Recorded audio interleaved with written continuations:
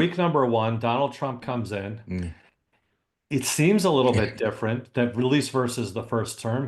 Seems like a little bit more prepared. He has all these executive orders ready to go. Right. Seems like he's ready, he's got it pushing on the confirmation hearings. That hour-long news conference he had on day number one, the contrast with Biden and his ability to just kind of riff with reporters for an hour was kind of interesting. It was like, whoa, this is Yeah. different. And now week number two, it seems like we're right back to where we left him in term number two. It's just utter chaos once again.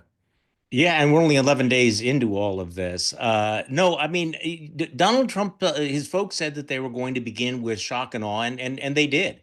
Our normal metric is the first 100 days, and I think I wrote a piece for somebody saying, no, focus on the first 100 hours because they're going to be rolling this stuff out.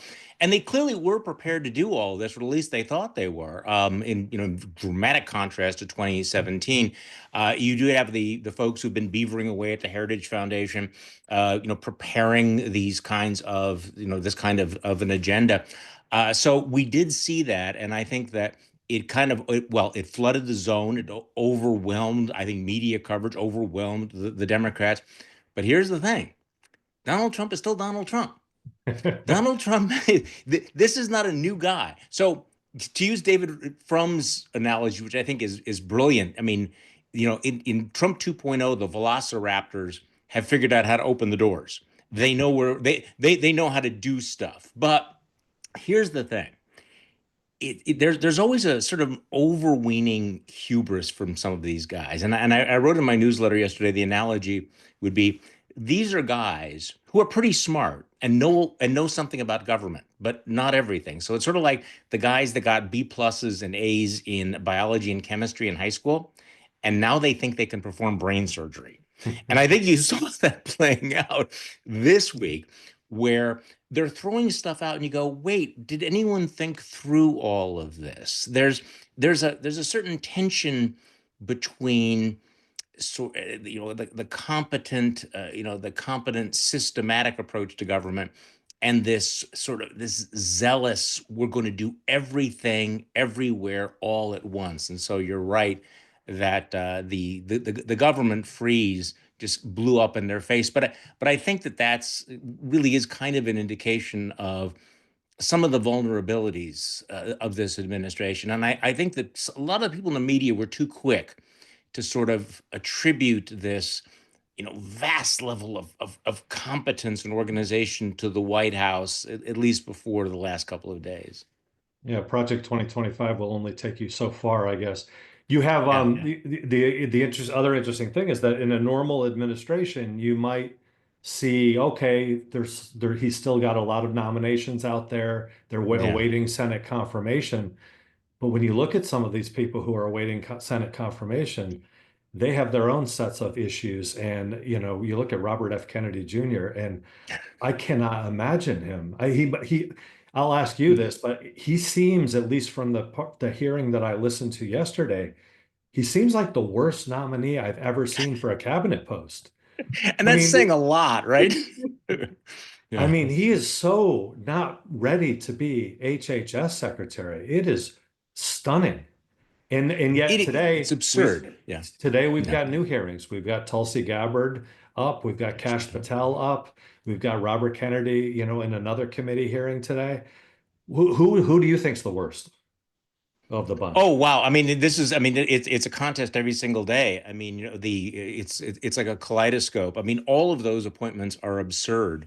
When they first started coming out. Remember, the first big appointment we got was Matt Gaetz, which probably should have been a warning in the way that this was going.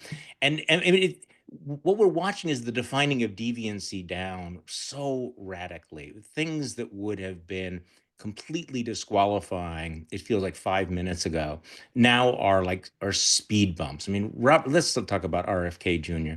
He is an absurd, a ludicrous appointee on every single level. And you saw that. I mean, let's leave aside the crackpot conspiracy theories and his personal life and all of that stuff. Watching that hearing yesterday, I had the same reaction that you did. He's so completely unprepared to talk about the $2 trillion agency that he's about to run. He doesn't know the difference between Medicare and Medicaid. Um, I think one writer for Politico, compared his answers to Senator Cassidy's questions as being like that sweaty dream that we've all had, that nightmare where we're having to take the exam for the course that we never showed up for all year. I mean, we've all had that dream, right? Of And course. that's the way it felt. But then you roll on to the next day and you have Tulsi Gabbard, who, again, in a rational universe with a rational Republican Party, would be nowhere near this position.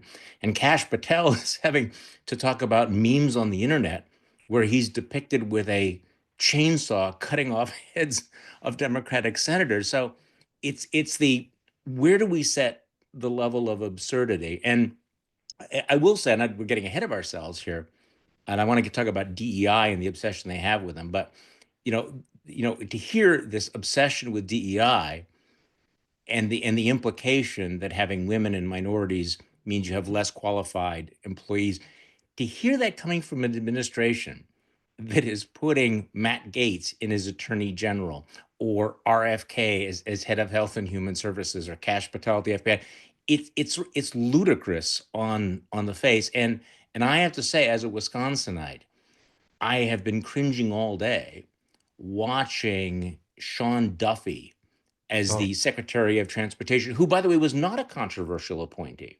I mean, think about Kristi Noem, best known for shooting a puppy in the face, was not a controversial appointee to head Homeland Security.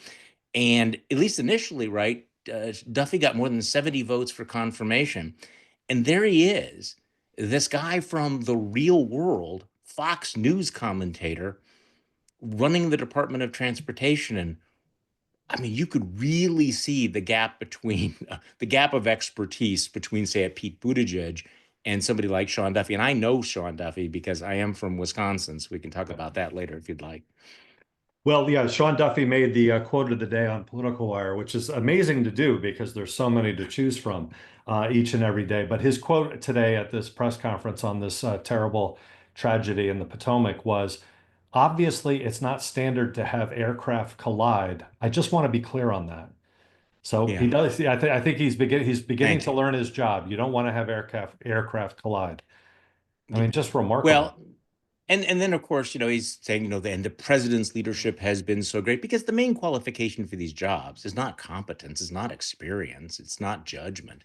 It's their loyalty to Donald Trump. And I mean, that's I'm not telling anybody anything they don't know, but Yep. I think we're seeing it playing out in real time. And to your initial question, week two, we're finding out, I think, the real world consequences of people who perhaps are not completely ready for prime time. I mean, they may be stars on Fox News weekend shows or in a Heritage Foundation seminar, but when you actually have to do the business of governing, there are real consequences. There are people lives that are affected. There are downstream consequences that a lot of these folks, I think, have no idea about. Well, let's talk. We didn't mention because he's been confirmed, but Defense Secretary Pete Hegseth, Yeah. might have been one that you would have talked about in that Yes. other segment, just as somebody Yeah. who Yeah. does not seem to be qualified for the position. Yet he got confirmed, and it was by just one vote. The vice president had to break the tie. But when you talk about the ramifications of this, what do you think about pulling security details from General Mark Milley and or John Bolton? These are people targeted by one of our adversaries. We have intelligence, if you believe the Right. Biden administration, that suggests these people's lives are in danger for the actions that they took back when Trump was president. What happens if one of them is killed? I mean, Well, and they took Anthony Fauci too, right? Dr. Fauci also had his security detail. Um, Look, let's be honest about it. These folks don't care. I'm actually struggling to come up with the exact, appropriate language to describe this. I mean, on one level, it's just so petty, but it's vindictive, and it's very, very dangerous because these threats are very real. And this is just a way of retaliating against them in a way that puts their lives and the lives of their families at risk. And I think President Trump was asked about this. Would you feel some sense of responsibility? And he said no, because he doesn't. I mean, at core, really does not care about all of this. But Pete Hegseth, and it's we're talking about the defining deviancy down. You were describing RFK Jr. as the worst nominee ever. I mean, Pete Hegseth as Secretary of Defense. I mean, these things, if I would have said this, if you would have said this back in August or September during the campaign, you elect Donald Trump and you're going to have Matt Gaetz as Attorney General and Pete Hegseth as Secretary of Defense and Kash Patel as FBI, we would have been accused of suffering from Trump derangement syndrome.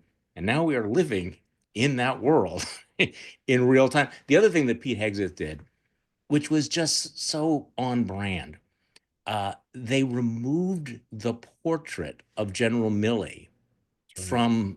from the Pentagon. They sort of like the Stalin era, where you just erased people. You've become an unperson. You Mark Esper accomplish too. His Mark Esper's yes, his portrait was removed yesterday. Yeah. yeah. Yeah, no, it's exactly So like that. You just erase, it says it's like Trump did. He has been somewhat successful at trying to erase January 6th, for instance. But this idea, this Orwellian thing of changing history is really it's really something. I mean, we've talked about that during Trump's first term. We've known his love of right. alternative facts and the ability to just try to change narratives entirely. But he has fully embraced it this time. I mean, he is intent on rewriting history. Well, and look, I don't want to be misunderstood here, but I don't blame Donald Trump for all of this, because Donald Trump is Donald Trump, so we know who Donald Trump is. But the success that he has had getting the entire Republican Party to go along with his alternative history, the success that he's had with voters, and tragically, in erasing history, is one of the things that I think is the most troubling. The retconning of January 6th. I mean, you and I both remember what January 6th was. We saw it with our own eyes. We experienced it. On January 7th, remember what the world looked like? Remember what the political world looked like? What we thought was going to happen?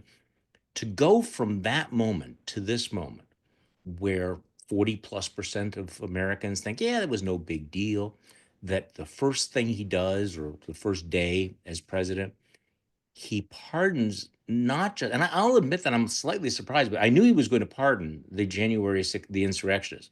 I thought that they would draw a line between, the people who engage in the most egregious violence against the cops. And Donald Trump apparently just said, yeah, fuck it, just free them all. And that was day one. And so, in many ways, while there was this shock and awe, it is worth spending some time thinking about the implications of what Donald Trump has done, and the success that he's had in rewriting that history and rewriting the moral code of our politics in a way that was frankly inconceivable for people who think that, well, he's a logical extension of Reaganism. No, you have a hard time drawing a line from what would have happened then to what you're seeing now. Yeah, I made right at the end of George W. Bush's term, and Obama had been elected, and the country was kind of, Wall Street was in meltdown, and it was kind of chaos everywhere. I made probably one of the worst bets that I ever made with a friend, where I predicted he was a very conservative Republican. I predicted that George W. Bush would go down in 20 years. I said historians would say he's the worst president this country has had. And I will say that on January 6th, after we watched what happened at the Capitol, Sure. I called him up and I said, "You win the bet. I'm calling it early." Yeah, and this is the thing about, we keep talking about what history is going to say. And I have to say that my confidence about, in well, the verdict of history is getting a little bit shaky at the moment, because we are seeing these alternative histories. Who writes the history? What is the version that we're going to get? How great is our imagination? I will say one of the biggest miscalculations that I ever made, which by the way is shared by Joe Biden, Merrick Garland, and Mitch McConnell, Hmm. was on January 7th thinking, okay, Trump's done. I mean, there's no way you come back from all of this. There's no way, no one in American political history has come back from something like that. There's not even a close analogy. But Donald Trump did not do it alone. And this is the thing. Okay, so Donald Trump is, chronic liar, sociopath, whatever. Let's just leave that aside. He's living his dream, right? The fact that the Republican Party, the entire Republican Party, the Republican electorate, the right wing media basically watched all this and went, okay, we're good with it. That's the real story. Not what Donald Trump did, but what he got away with. Well, so right before the pandemic, I had a 20-minute one-on-one conversation with Adam Schiff.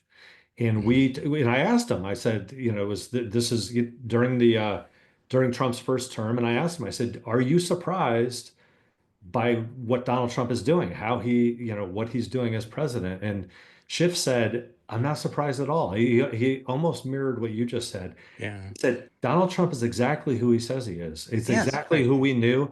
I'm not surprised by any of it. He said, if there's one thing I'm surprised by, it's how quickly his Republican colleagues caved to him. He said that blew me away. He honestly he said he couldn't believe it. He couldn't believe that it Yeah. happened so quickly.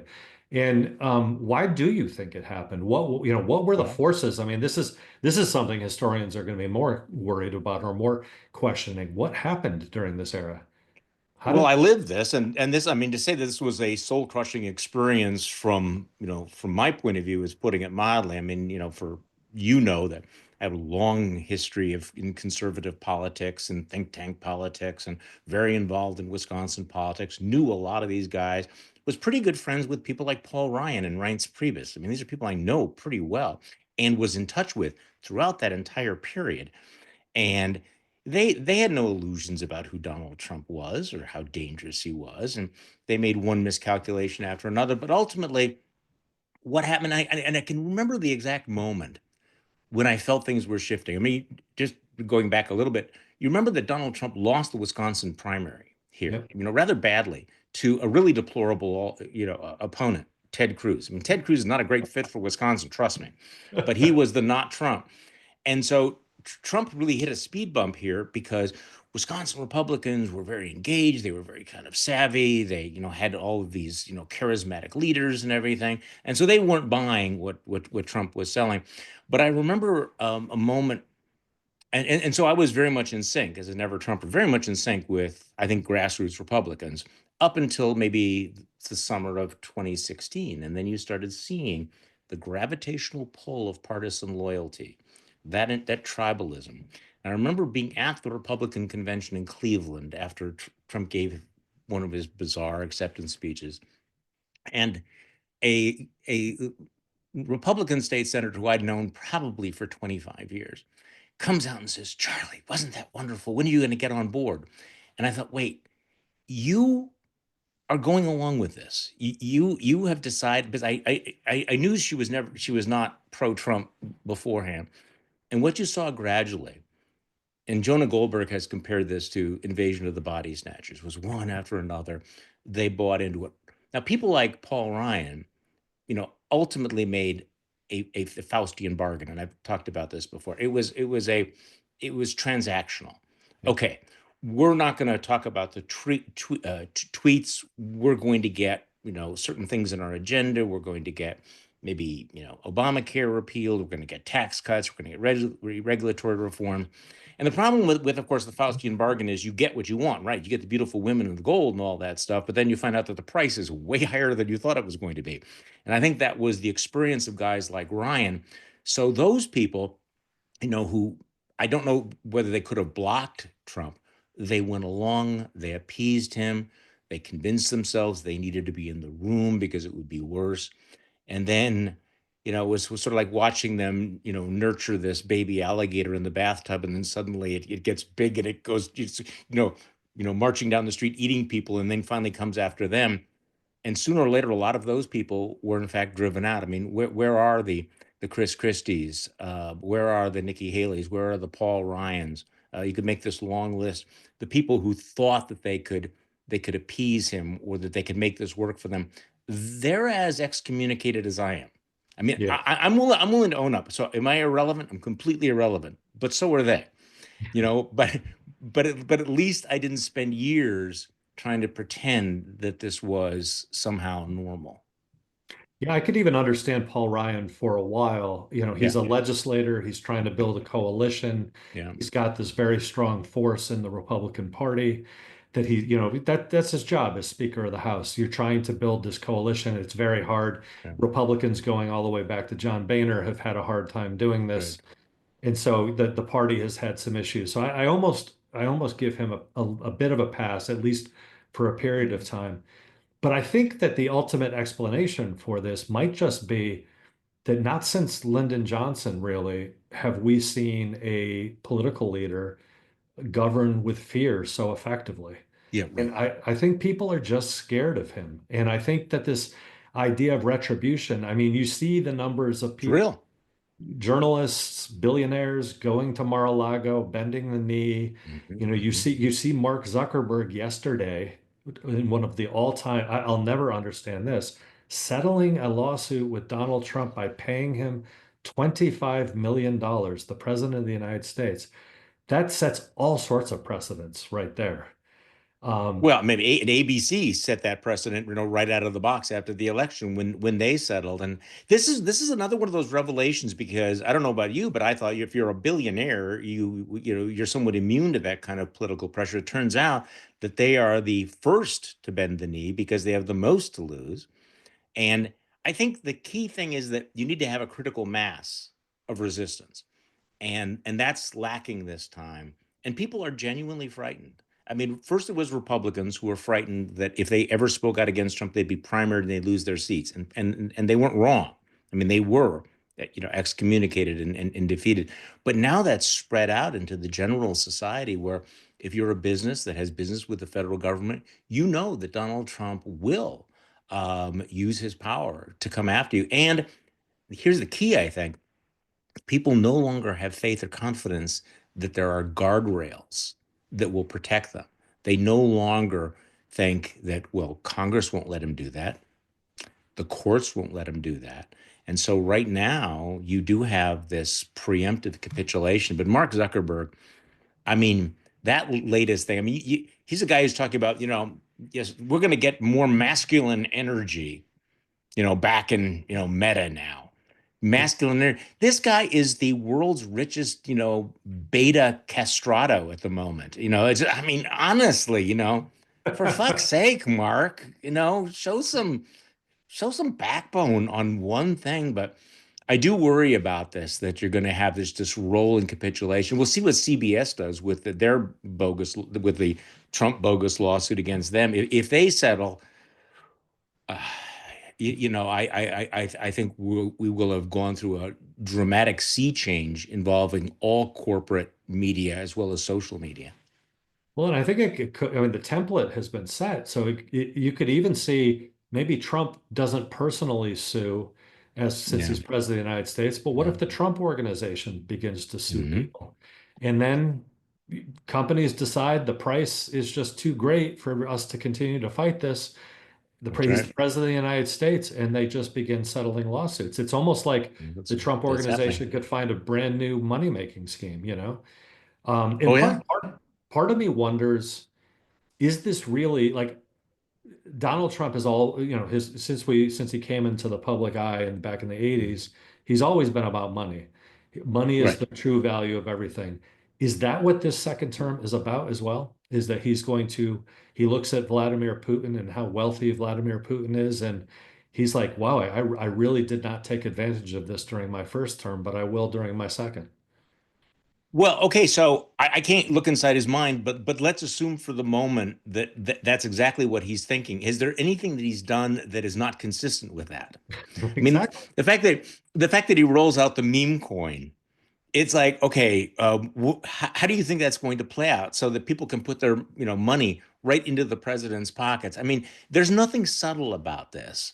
I mean, the grift and the graft is in broad daylight, and any sort of ethical norm we had or expectations has been blasted to bits. So it's about the money. but also there is this visceral anger that I must punish the people who came after me. I must make their lives miserable. So the the retribution and revenge, you know, paired with his desire to milk this job this time for all it's worth, I think, work in tandem. So, I mean, let's talk about a little bit about the opposition party, the Yeah, Democrats, and what the Democrats are doing wrong. I mean, there's obviously a lot that they've done wrong over the course of the last yeah, four yeah, years in trying to prevent Donald Trump coming back. To me, though, one of the biggest things that the Democrats do wrong is they underestimate Trump all the time. They're so quick to call him a moron or a yeah, dummy, and he's not good yeah, at talking about yeah. policy or whatever. But I have to say, I do think he's quite good at wielding power. Well, he is for the moment, and this is new. I mean, this is a new thing. The first 11 days, he's shown that he can do it. I think that there's just a lot here. The rules of politics have changed so radically, and I'm not claiming that I fully understand all the things that are going on. But you look at the Democratic response or lack of response in the first week and a half, and they have not adapted. They are still acting or behaving as if the world was very, very different. And I think that there was this sense over the last 4 8 years that Donald Trump was so obviously unfit, so obviously repellent, that they did not need to get their own house in order, that they did not need to pay attention to what was happening with the electorate or talk to the voters, use in language that would appeal to them. Um, I've given a lot of thought to where Never Trumpers went wrong, where the Democrats went wrong, and you think about some of the ways in which uh, the party lost touch with its working class base. And despite lots of warnings, like, guys, you are losing touch with your working class base. I mean, there are people out there who've been saying this for years and years and years, and they are treated like pariahs. The unwillingness to listen to them was really extraordinary. I don't know whether that's going to change it. There's indications about it, but we could talk about the ideology or the leadership. I mean, does anyone think that Chuck Schumer is the man to meet the moment right now?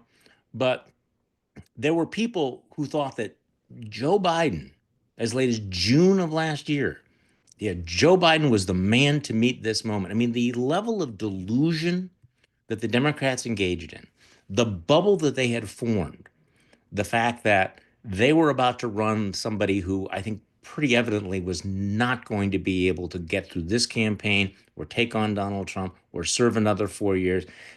I mean, there needs to be some real honest talk about what was going on within the party that led up to what happened in the middle of last year.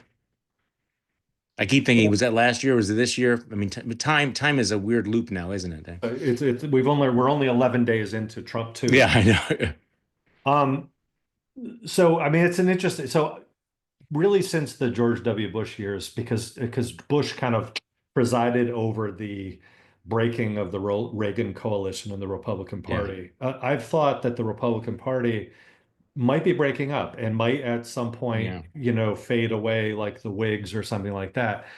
Now I see the Democrats pretty ill prepared to combat what they're facing right now. And it makes me wonder, could a third party actually emerge out of pieces of the Republican Party and the Democratic Party? I mean, I know that our history isn't such that there's never been or really, or it's been 100 years since there's been a third party of any decent strength. But well, actually, I guess Ross Perot could have been. He had some decent strength as well. yeah.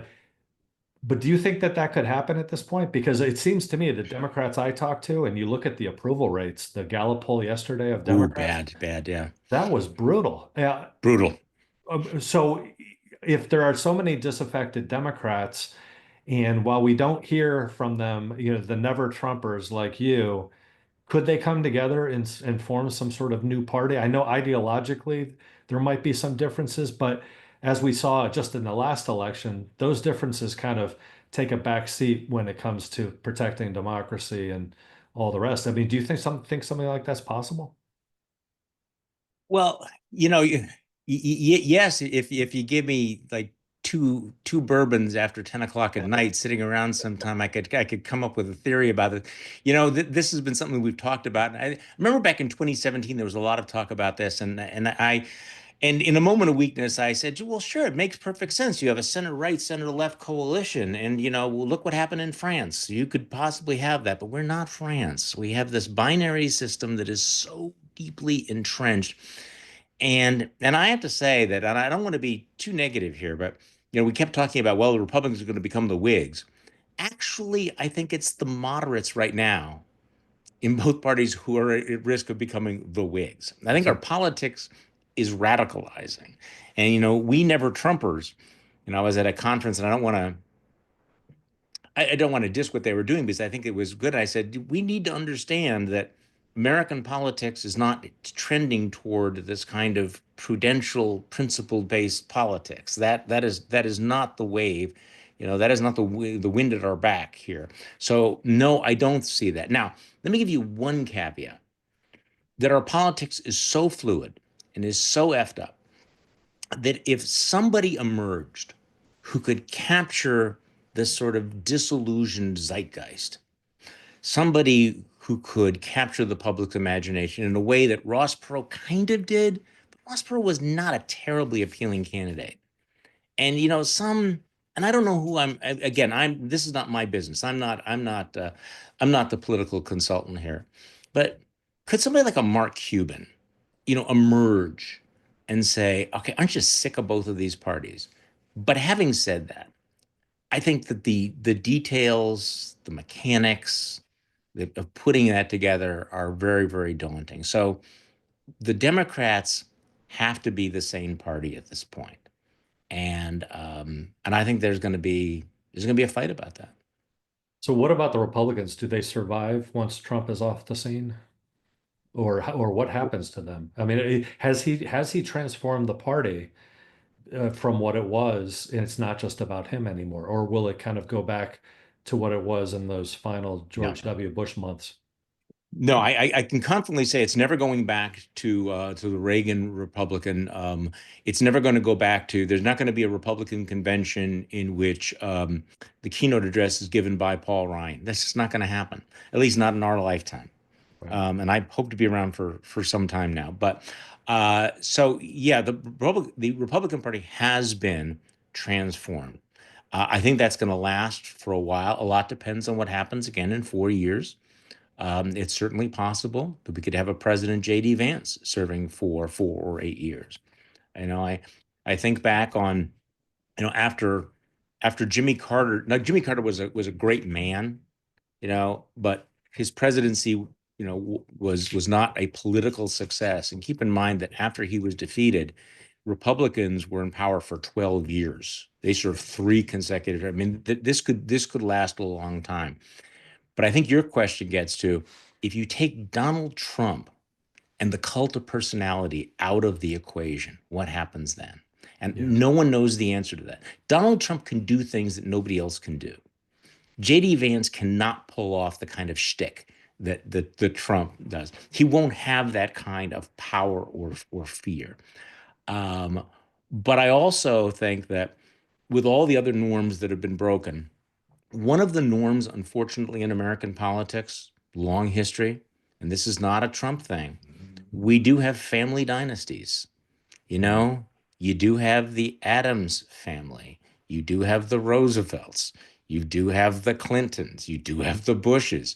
So is Donald J. Trump the last Trump that we're going to have to deal with? I think at this point it would be extremely naive, given his mentality, to think that he's not thinking, well, if there were two Bushes and there's lots of Kennedys who ran for president, and there were lots. I mean, think about how many of these we've already had in American politics. So in some ways, that would not be a departure.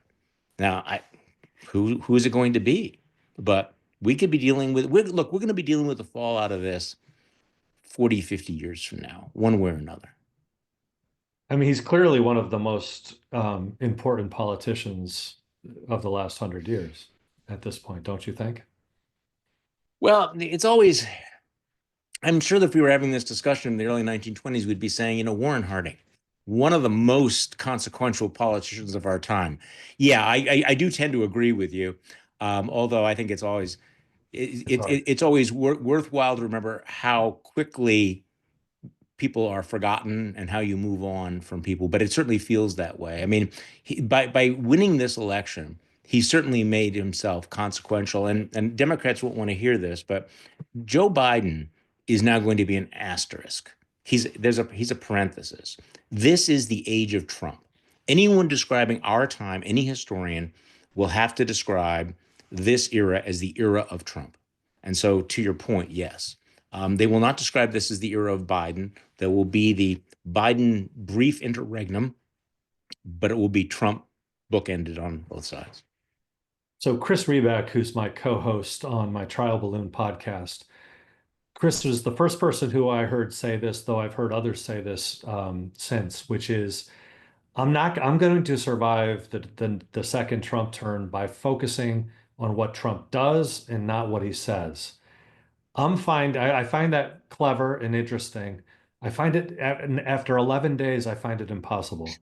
How do you try to survive this 11 days and more? Okay. Okay. So I can track completely with this conversation. So yes, focus on what matters. Do not be distracted by the outrage porn.